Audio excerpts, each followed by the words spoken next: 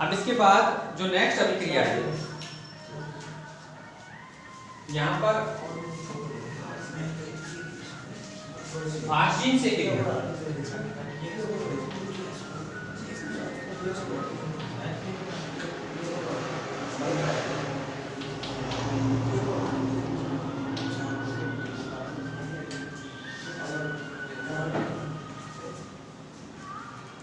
देखिए फास्टिन कई बार कंफ्यूजन हो जाता है। एक तो फास्टिन गैस होती है, एक होती है फास्पिन गैस।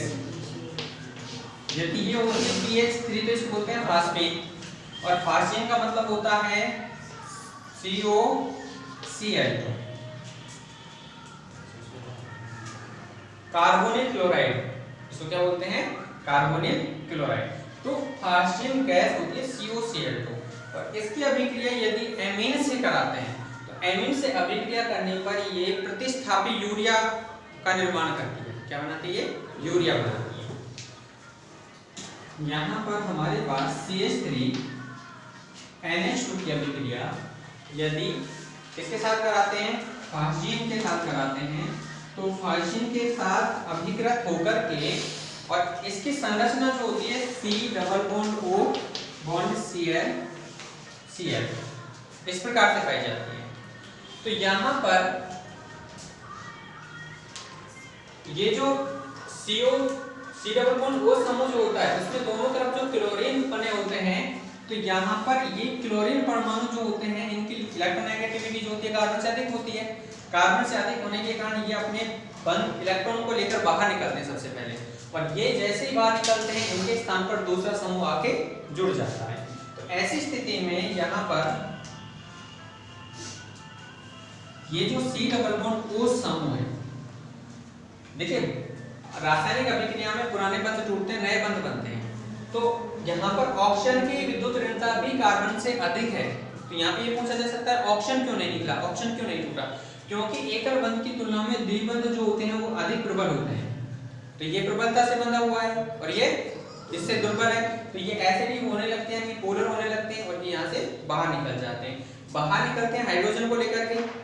तो यहाँ पर ये जो ग्रुप है CH3NH2, यहाँ पर नाइट्रोजन और हाइड्रोजन में नाइट्रोजन की विद्युत ऋणता हाइड्रोजन से अधिक है। इसको आप ऐसे भी लिख सकते हैं कि यहाँ हाइड्रोजन लगा हुआ है, यहाँ हाइड्रोजन लगा हुआ है।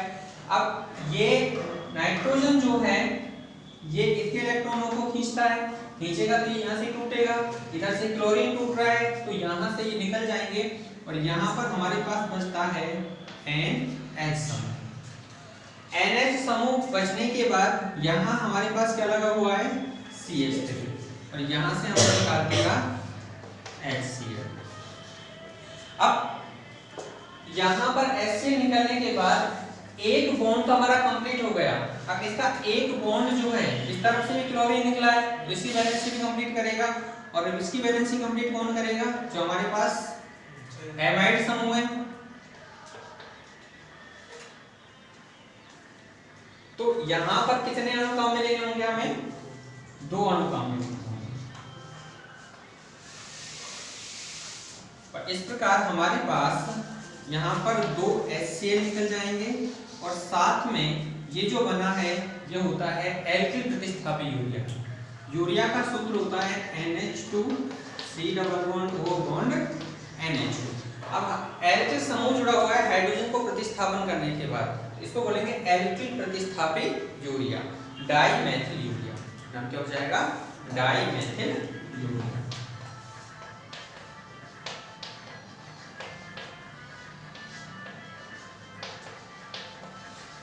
तो इसकी अभिक्रिया लिख लीजिए, परिभाषा लिख लो इसकी। प्राथमिक एमीन तथा द्वितीयक एमीन फास्टिन से अभिक्रिया कर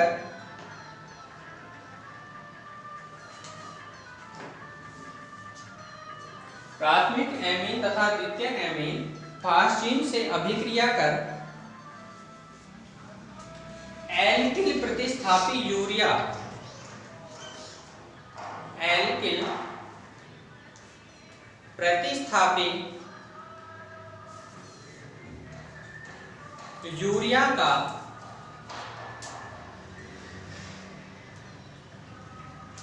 निर्माण करते हैं।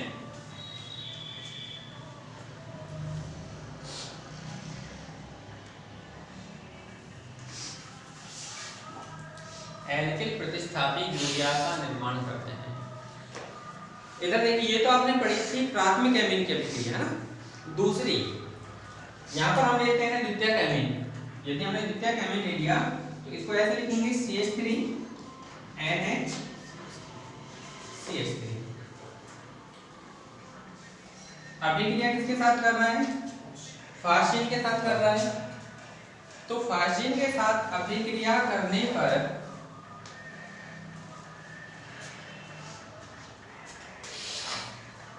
CH3 NCH3, यहाँ से हाइड्रोजन निकल जाएगा और जो बॉन्ड है वो किसके साथ बनेगा? कार्बोनिल समूह के साथ NCH3 CH3 प्लस 2HCl। अब आपसे पूछा जा सकता है कि प्राथमिक एमीन की अभिक्रिया लिखी, द्वितीयक एमीन की लिखी, तृतीयक एमीन की अभिक्रिया क्यों लिखी, क्यों नहीं लिखी?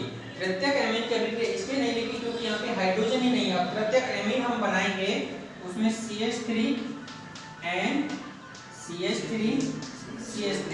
अब प्रतिस्थापन क्लोरीन को निकालने के लिए, क्लोरीन को पृथक करने के लिए हाइड्रोजन नहीं है, और हाइड्रोजन नहीं है तो अभिक्रिया प्रदर्शित नहीं करता।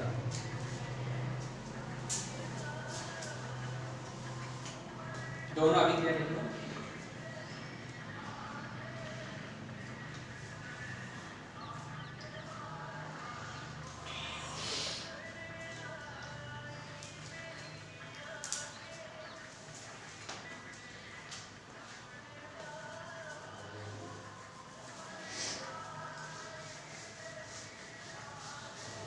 इसके बाद नेक्स्ट अभिक्रिया है,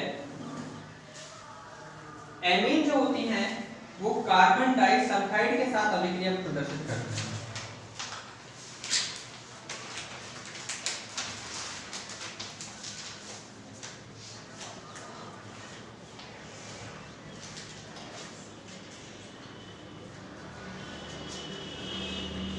कार्बन डाइसल्फाइड का मतलब CS2।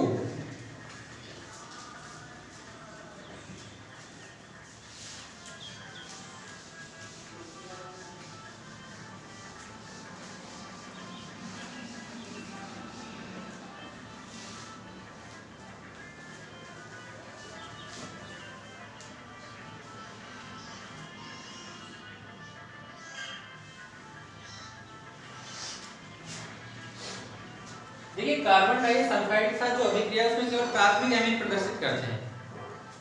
तो ये जो कार्बन डाइसल्फाइड की अभिक्रिया है इसमें CH3 NH2 की अभिक्रिया CH2 के साथ कराते हैं। तो यहां पर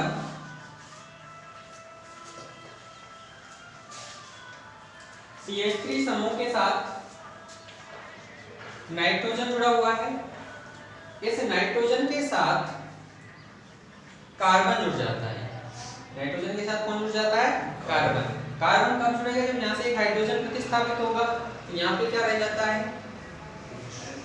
एक हाइड्रोजन। अब इस C के साथ कौन जुड़ा हुआ है? S जुड़ा हुआ है, दूसरा S समूह जुड़ा हुआ है, और जो हमारा हाइड्रोजन निकला था वो सॉल्यूशन नहीं है, बाहर तो गया नहीं है, उसी मिश्रण में है, तो वो इस H के साथ बंध बना लेता है और इस प्रकार से मध्यवर्ती उत्पाद बनता है। अब ये जो मध्यवर्ती उत्पाद बना है ये कुछ समय बाद इसमें पुनर्विन्यास होता है, और इस पुनर्विन्यास के दौरान यहाँ से CH3 bond N bond C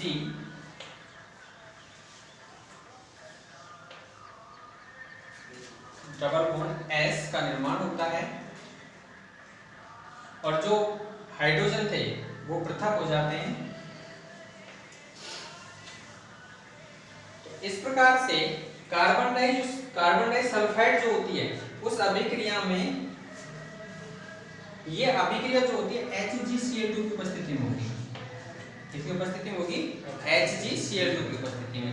तो HgCl2 की उपस्थिति में होगा तो एक सल्फर जो होगा उसको Hg के साथ बाहर निकल जाएगा और HCl गैस बाहर निकलती है। तो इस प्रकार से रासायनिक अभिक्रिया होती है। और कार्बन डाइसल्फाइड जो अभिक्रिया होती है ये प्राथमिक, द्वितीयक, तृतीयक एमीन की परीक्षण के लिए कि हमें मिश्रण दिया हुआ है उसमें हमारे पास प्राथमिक एमीन है, द्वितीयक एमीन है या तृतीयक एमीन है, उसके परीक्षण में भी इस अभिक्रिया को काम में लिया जाता है। और इस अभिक्रिया को मस्टर्ड ऑयल परीक्षण भी कहते हैं, क्योंकि इस रासायनिक अभिक्रिया को जब करते हैं तो सरसों के तेल की जैसी गंध आती है, इसलिए इसको मस्टर्ड ऑयल परीक्षण भी कहते हैं। तो पहले इसकी परिभाषा लिख लीजिए कार्बन डाइसल्फाइड के साथ अभिक्रिया। प्राथमिक एमीन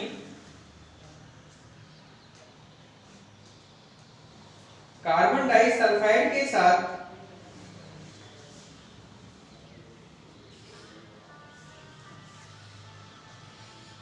प्राथमिक एमीन कार्बन डाइसल्फाइड के साथ अभिक्रिया कर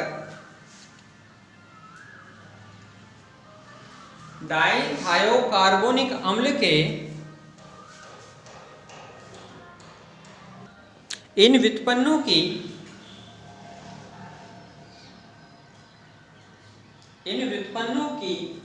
HgCl2 से अभिक्रिया कराने पर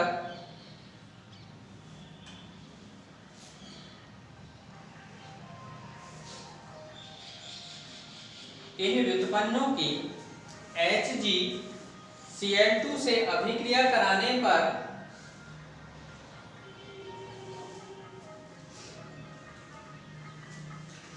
एल्किल आइसोथायोसाइनेट का निर्माण होता है,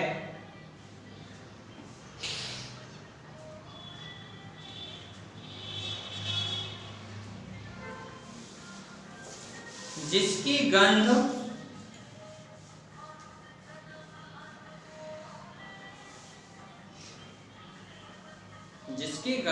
सरसों के तेल के समान होती है,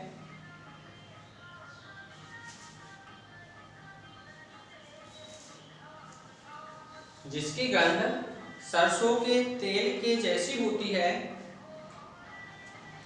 इसलिए इस अभिक्रिया को मस्टर्ड ऑयल परीक्षण, इसलिए इस अभिक्रिया को मस्टर्ड ऑयल परीक्षण भी कहते हैं। अभिक्रिया लिख लेना।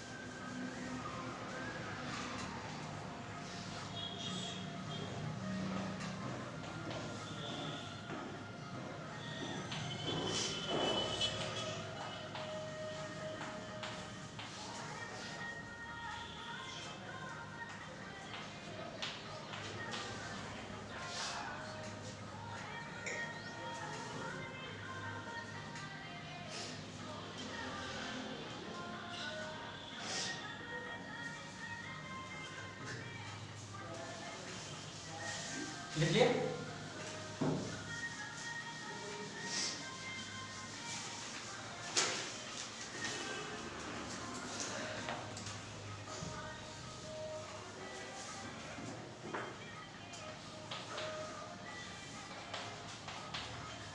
देखिए प्राथमिक एमीन चाहे वो एलिफेटिक एमीन है चाहे एरोमेटिक एमीन है, सभी प्रकार की जो एमीन होती हैं वो क्लोरोफॉर्म की उपस्थिति में, क्लोरोफॉर्म सबको पता होगा CHCl3, क्लोरोफॉर्म की उपस्थिति में, साथ के साथ यहाँ KOH की उपस्थिति में अपघटित होकर के, अब ये जो KOH लेते हैं हम एल्कोहलिक KOH होता है, कैसा होता है एल्कोहलिक होता है।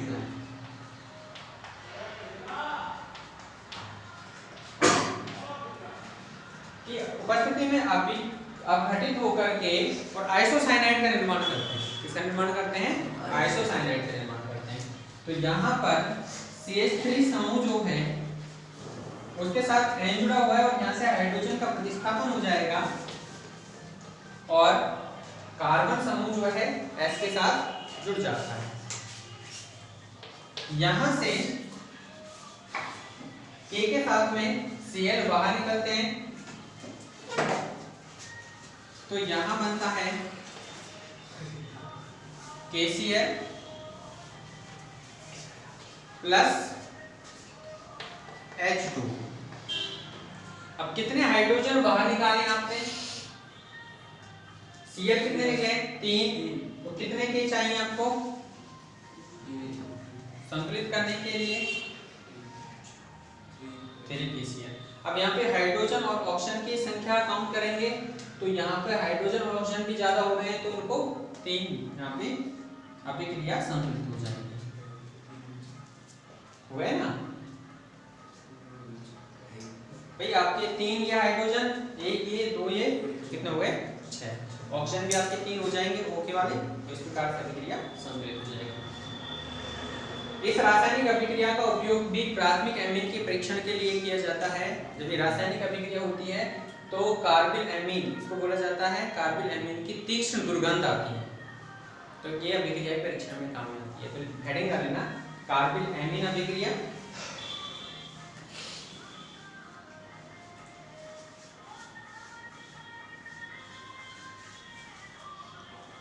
और इसमें लिख लीजिए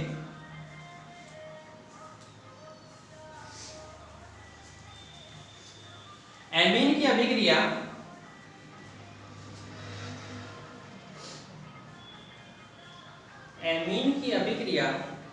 क्लोरोफॉर्म तथा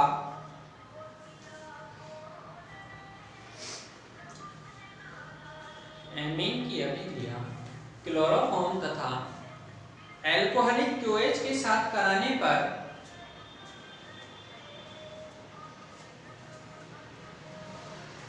क्लोरोफॉर्म तथा एल्कोहलिक क्यूएच के साथ कराने पर अरुचिकर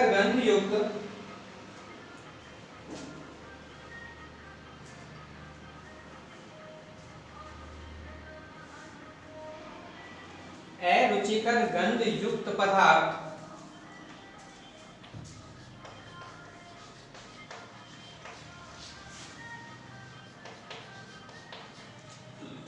कार्बिल एमीन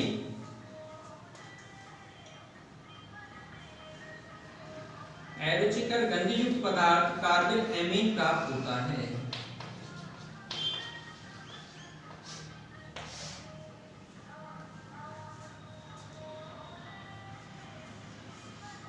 इसको आइसोसाइनाइड या कार्बिल एमीन को हम बोल सकते हैं। अभिक्रिया लिखो।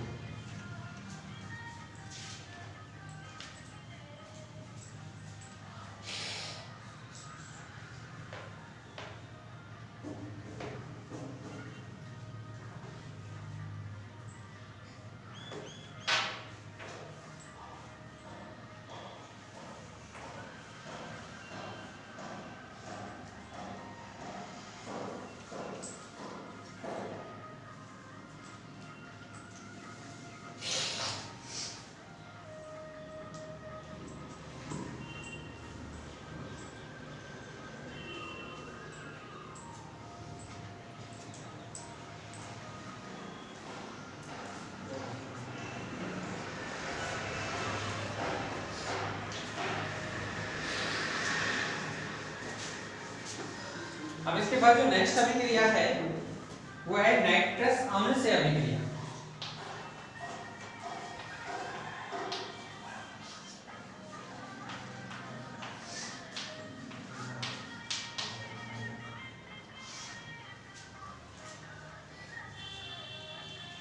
तीसरी रासायनिक अभिक्रिया क्या है? नाइट्रस अम्ल से अभिक्रिया।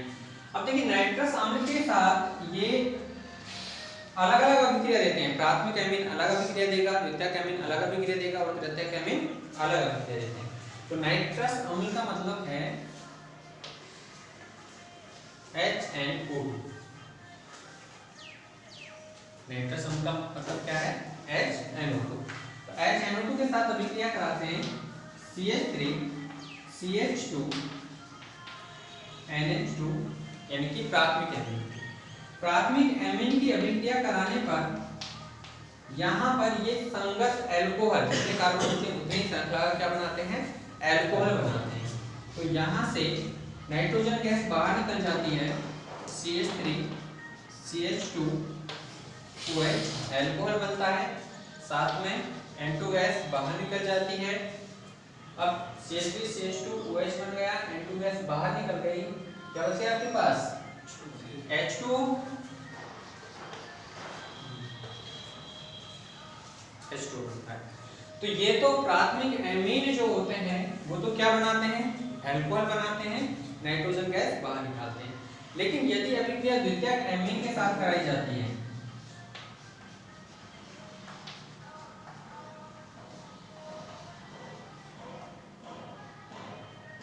इसको ऐसे लिखेंगे C2H5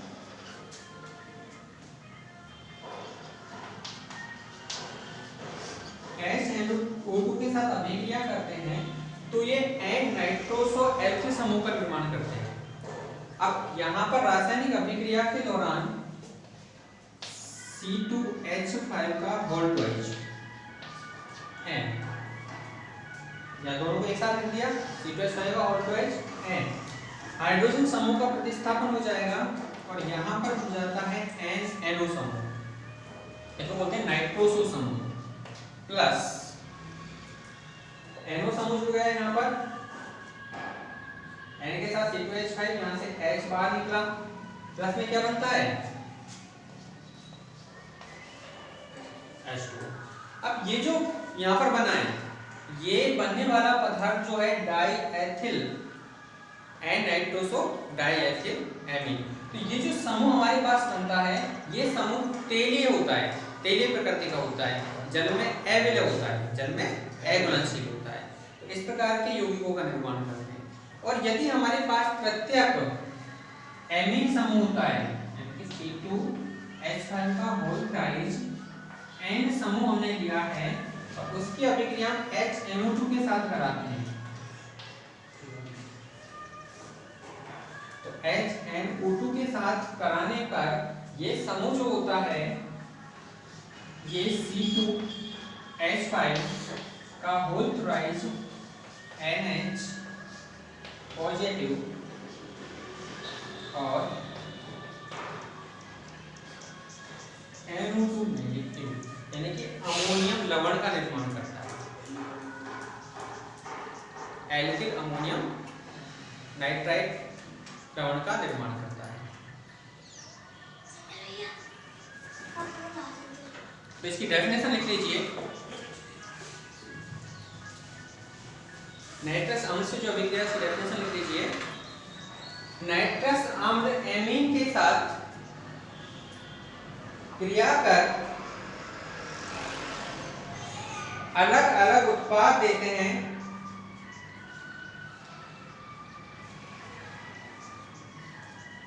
अलग अलग उत्पाद देते हैं।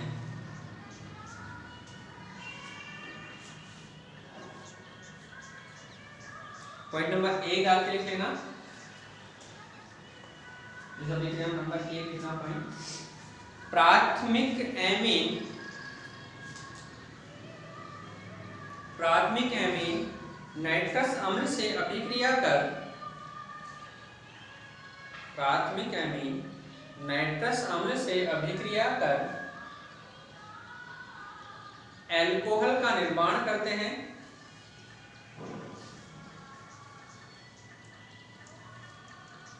एल्कोहल का निर्माण करते हैं तथा नाइट्रोजन गैस निकलती है। पहले पॉइंट में पहली अभिक्रिया लिख लेना,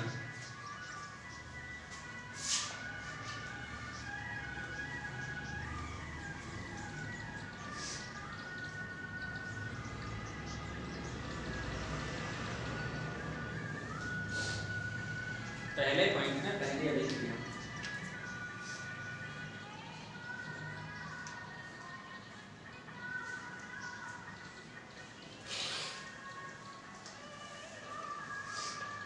पॉइंट नंबर 2 डाल के लिखिए। द्वितीयक एमीन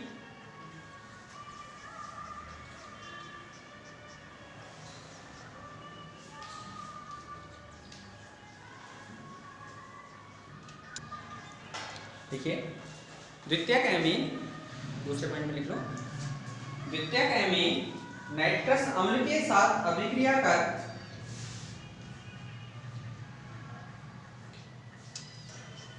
नाइट्रोसोएमीन बनाते हैं। नाइट्रोसोएमीन बनाते हैं। यह पीली तेलीय परत के रूप में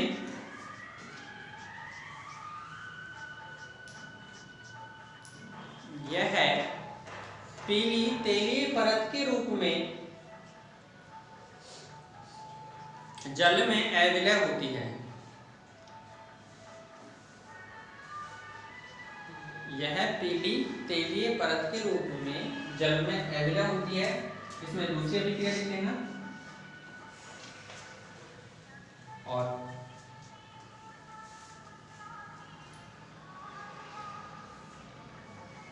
तीसरा पॉइंट लिख लो। तृतीयक एमीन नाइट्रस अम्ल के साथ अभिक्रिया कर alkyl ammonium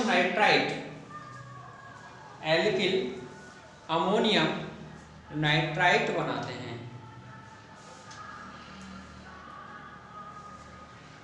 alkyl ammonium nitrite बनाते हैं।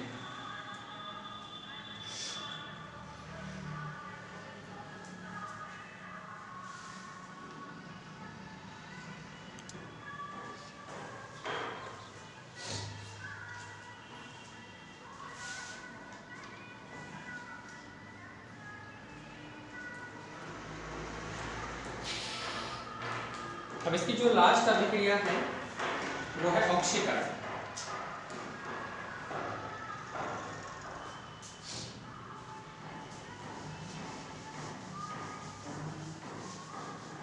पहला तो था नेम सामने।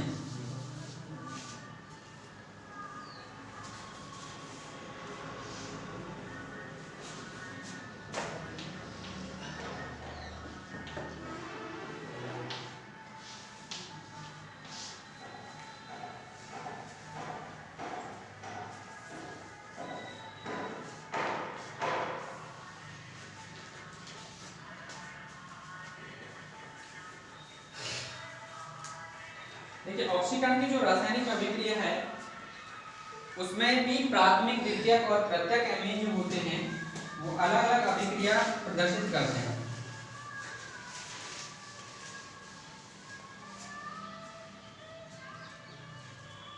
ऑक्सीकरण में हम पहले पढ़ेंगे किसका? प्राथमिक एमीन का ऑक्सीकरण।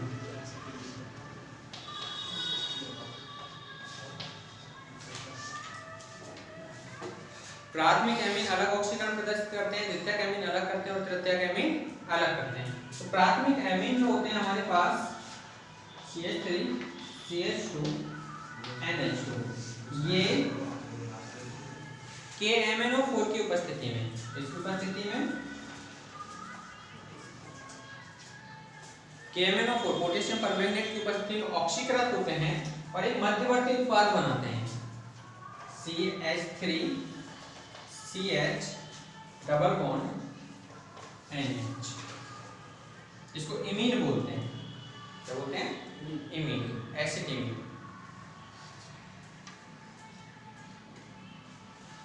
तो ये इमीन बनाते हैं। ये जो इमीन होता है इसका कराते हैं जल अपघटन और इसके जल अपघटन से ये CH3 CHO यानी कि कार्बोनिल यौगिकों का निर्माण करते हैं, एल्डिहाइड का निर्माण करते हैं। साथ में यहां से CH3CHO NH3 अमोनिया गैस बाहर निकलता है। यदि यहां पर CH3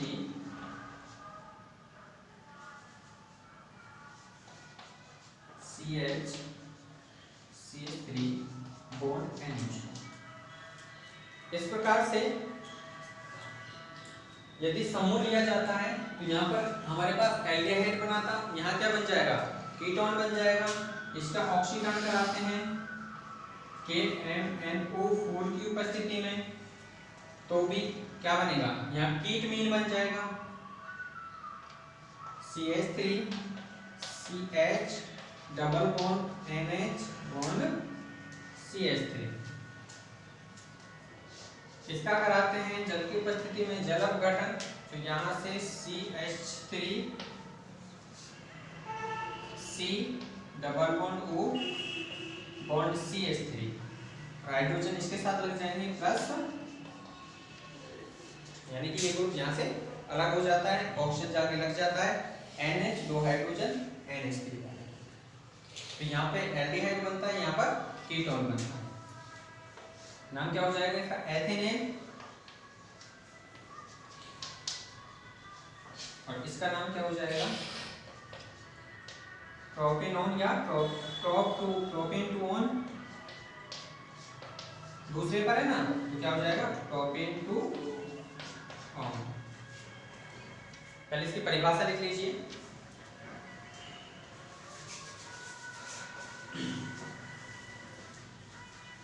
प्राथमिक, द्वितीयक तथा तृतीयक एमीन, प्राथमिक, द्वितीयक तथा तृतीयक एमीन अलग अलग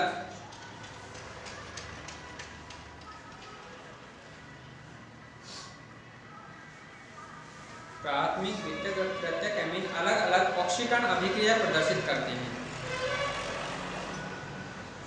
इसमें सबसे पहले लिख लेना प्राथमिक एमीन की ऑक्सीकरण अभिक्रिया।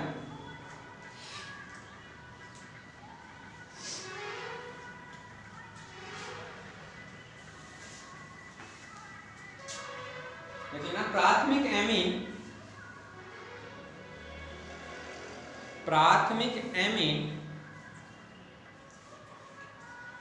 के MnO4 की उपस्थिति में, आप लिख सकते हैं पोटेशियम परमैंगनेट,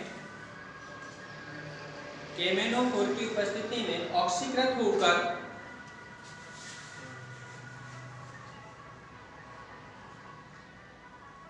इमीन का मध्यवर्ती उत्पाद बनाते हैं,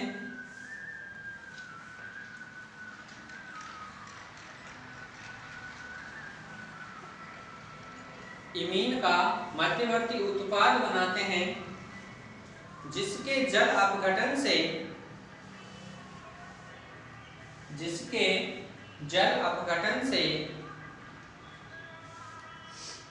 कार्बोनिल यौगिक, जिसके जल अपघटन से कार्बोनिल यौगिक प्राप्त होते हैं।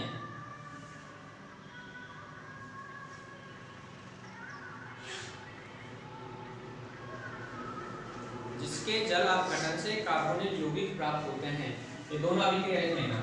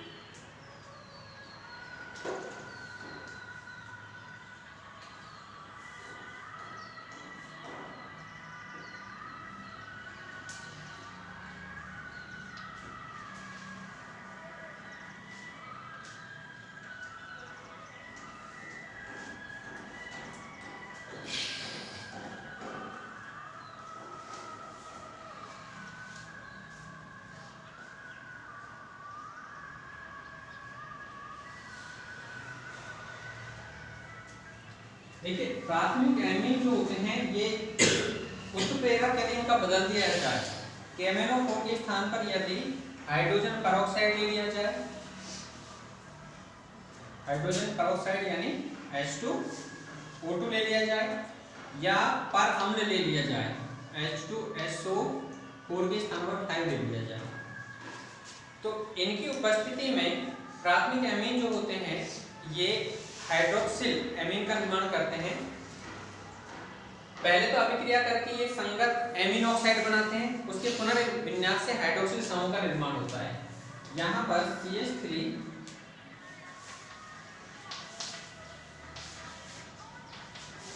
NH2 समूह है, इसका कराते हैं हम ऑक्सीकरण। तो ऑक्सीकरण की अभिक्रिया में देखिए यहाँ पर नाइट्रोजन का जो लोन पेयर है वो इसके साथ बंध बनाएगा, वैसे तो है नहीं इसके पास, तो यहाँ पे नाइट्रोजन का जो लोन पेयर है इसे बंध बनाएगा और ऐसी स्थिति में CH3 NH और O। अब यहाँ पर ऑक्सीजन पर आ जाता है माइनस और नाइट्रोजन पर आ जाता है प्लस चार्ज। ऐसी स्थिति में अपने प्लस को कंप्लीट करने के लिए ये कहीं ना कहीं से इलेक्ट्रॉन एब्जॉर्ब करता है, और इलेक्ट्रॉन एब्जॉर्ब करेगा तो ये इलेक्ट्रॉन लेता है कहाँ से, हाइड्रोजन से।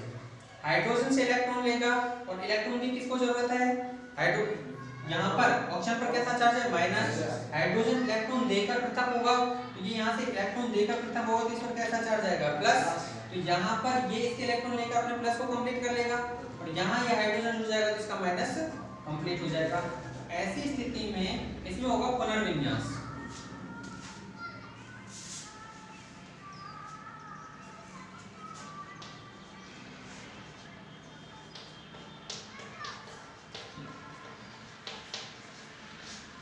पुनर्विन्यास होगा, पुनर्विन्यास से यहाँ CH3 NH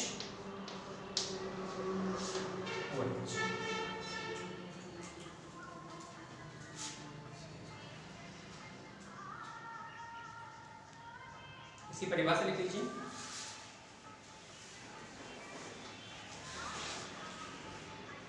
प्राथमिक एमीन हाइड्रोजन परऑक्साइड तथा पर अम्ल की उपस्थिति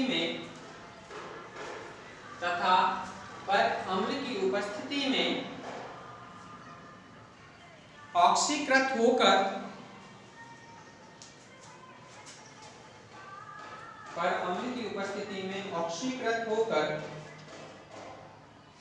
एमीन ऑक्साइड बनाते हैं,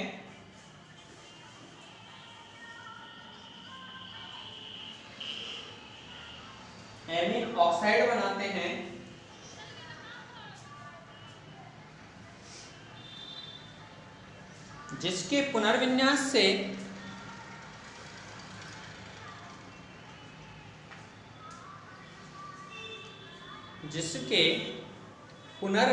से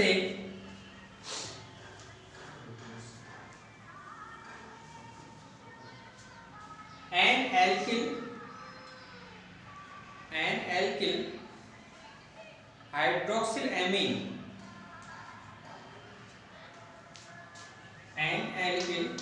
हाइड्रोक्सिल एमीन प्राप्त होता है।